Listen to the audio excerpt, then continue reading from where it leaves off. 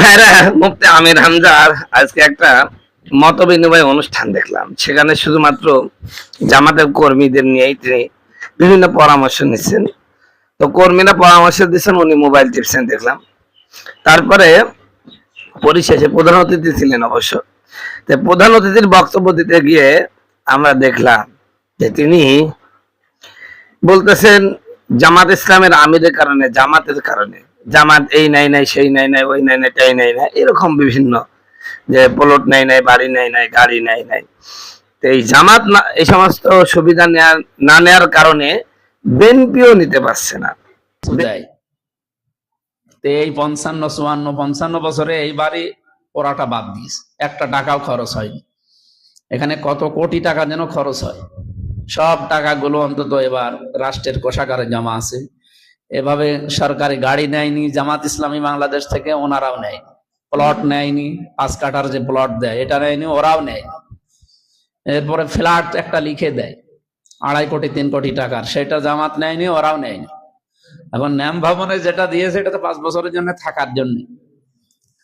বিএনপির যত এমপি আছে তার ভেতরে 245 জনের আমার মনে হয় 100 জনের উপরে আমি কথা বলি। ওরা খুব আফসোসে আছে যে আপনি আমির সাহেবকে একটু বলেন না যে একটু নিলে কি হয়, ওনারা নিলে আমরাও তো একটু নিতে পারি, জীবনে আবার এমপি হব কিনা। বিশেষ করে এই বেল্টের যেগুলো, এই যে রংপুর লাইনের, দিনাজপুর এই লাইনের গুলো খুব আফসোস করে, মাঝে মাঝে ধরে হাত চেপে ধরে, হুজুর একটু বলেন। আমি বলি কি আমার কথা শুনবে? ঘোষণা যখন দিয়েছে সুতরাং এই 5 বছর ওইভাবে কাটান, আবার যদি এমপি হন তখন দেখা যাবে। এখানকার শুধু না, যতগুলো এমপি, এই 77 জন আমরা আছি, বিশেষ করে জামাতের 68 জন, আর ওই মহিলা যেগুলো সংরক্ষিত ওগুলো বাদ দিলাম। এই বিএনপি প্রশংসা করেছেন, ভূয়সী প্রশংসা, যে তারেক রহমান ও বাড়ি নাই নাই, গাড়ি নাই নাই, এই সমস্ত। এরপরে শেষে আবার বললো ওই যে 5 কাঠা করে জমির যে বরাদ্দ, সেটাও এমপিরা নেয় নাই। তো যাই হোক, এক পর্যায়ে তিনি একটা কথা বললেন, এই যে নিচ্ছে পাচ্ছেন না, মানে জামাত নিচ্ছে না, তাই জন্য বিএনপিও নিতে পারছে না। এই কারণে নাকি তাকে 100 জন এমপি বিএনপি ফোন করেছে যে আপনি একটু আমিরকে বলেন না যে উনি নিলে আমরাও নিতে পারতাম আর কি, পরে আগে পরবর্তীতে এমপি হই কি না হই, এরকম একটা বক্তব্য দিচ্ছে। ভাইরা, মানে সব বক্তব্য আমার পছন্দ হয়েছে, কিন্তু ওই যে তাকে 100 জন এমপি ফোন দিচ্ছেন এই মর্মে যে আপনি একটু জামাতের আমিরকে বলেন এসব নিতে, তাহলে আমরাও নিতে পারবো, এই কথাটা আমার কাছে গ্রহণযোগ্য নয় এবং বিশ্বাসযোগ্য হয়নি। প্রিয় দর্শক, আপনাদের কাছে কি বিশ্বাসযোগ্য হয়েছে? তো উনি যদিও এমপি হয়েছেন, কিন্তু এখন ওই যে ওয়াজের মাঠে যে চাপাগুলো মারতেন, ওই চাপার থেকে এখনো বেরোতে পারে নাই। চাপার থেকে এখনো বেরোতে পারে নাই। ভাই, মিথ্যা কথা এমন একটা জিনিস যেটা আর কি চলে, বা কাউকে বোঝানোর জন্য যদি আপনি মিথ্যা কথা বলেন, এটাও নাজায়েজ, হারাম এবং কবিরা গুনাহ। উলামায়ে কেরাম এখন মিথ্যা কথাটাকে নিজেদের অস্ত্র হিসেবে গ্রহণ করেছে, যেটা খুবই দুঃখজনক, খুবই অপমানজনক বটে। এই জন্য আমরা হাস্যজ্জ্বল হয়ে, ঠাট্টার ছলে, অথবা নিজেকে একটি পরিশুদ্ধ প্রমাণিত করার জন্য অবশ্যই মিথ্যার আশ্রয় না নিই। ভাই, মিথ্যা হলো সকল গুনাহের মূল। এটা খুবই খারাপ জিনিস। হয়তোবা আমি এই যে ভুলটা ধরলাম, আমার বিরুদ্ধে হয়তো বা লেগে যাবে, কিন্তু দেখেন, আপনারা অপেক্ষা করেন, কয়েকদিন পর আবার মাপ চাওয়া থাকবে। আমি যখন উনি নামাজ নিয়ে বললো নামাজ পড়লে জান্নাত পাওয়া যাবে, এমন কথা কোরআনে নাই, আমি যখন বের করে দিলাম, নবী শব্দের অপব্যাখ্যা করেছিল, আমি ভুল ধরেছিলাম, তখন আমার বিরুদ্ধে লাগছিল, কয়েকদিন পরে মাপ চেয়েছে। দেখেন, এই জন্য আমি বলি যে ভাই, আপনি একজন এমপি মানুষ, জনগণের প্রতিনিধি, আপনি এমন কথা বলেন যা জনগণের জন্য কল্যাণকর।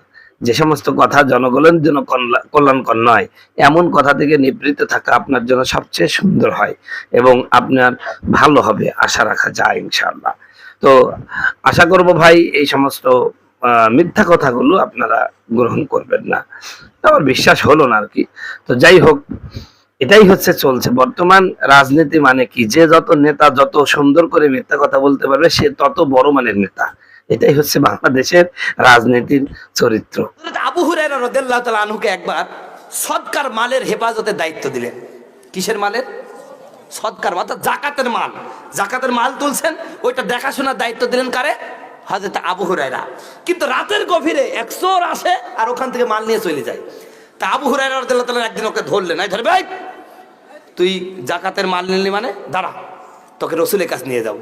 তখন বললেন, দেখেন আমি খুব অভাবী মানুষ, আমার মতন অভাবী কেউ নাই, দয়া করে আমার সাইডে দেন, আমি আর কোনোদিন আসবো না। তা আবু হুরায়রা বলছে, আচ্ছা যা, তুই চল যা।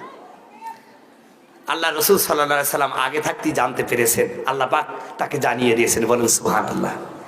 ফজরের নামাজ পড়ার পরে হযরত আবু হুরায়রাকে ডেকে বলছেন, আবু হুরায়রা, রাতের সেই চোরের খবর কি গো?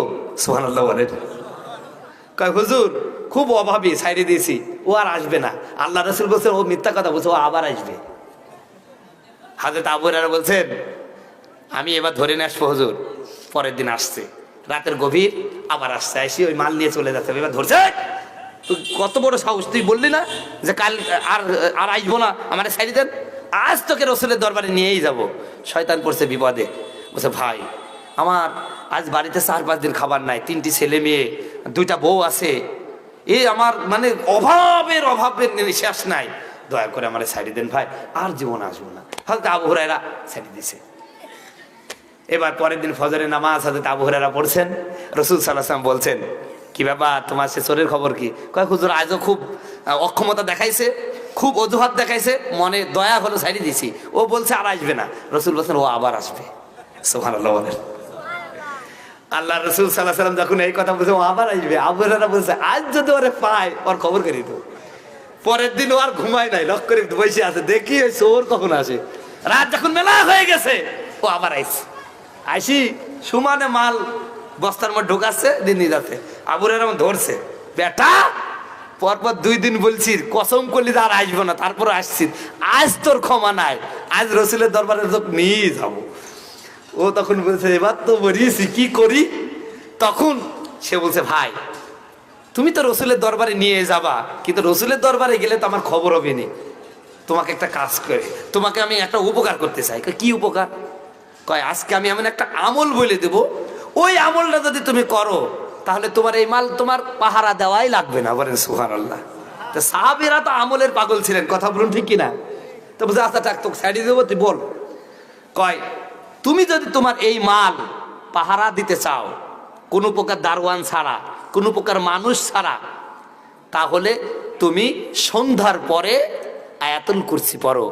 সারা রাত ফজর উদিত হওয়া পর্যন্ত আল্লাহ পাক এই আয়াতুল কুরসির বিনিময়ে একজন ফেরেশতা নিযুক্ত করবেন, যেই ফেরেশতা তোমার মালের হেফাজত করবে। বলেন সুবহানাল্লাহ।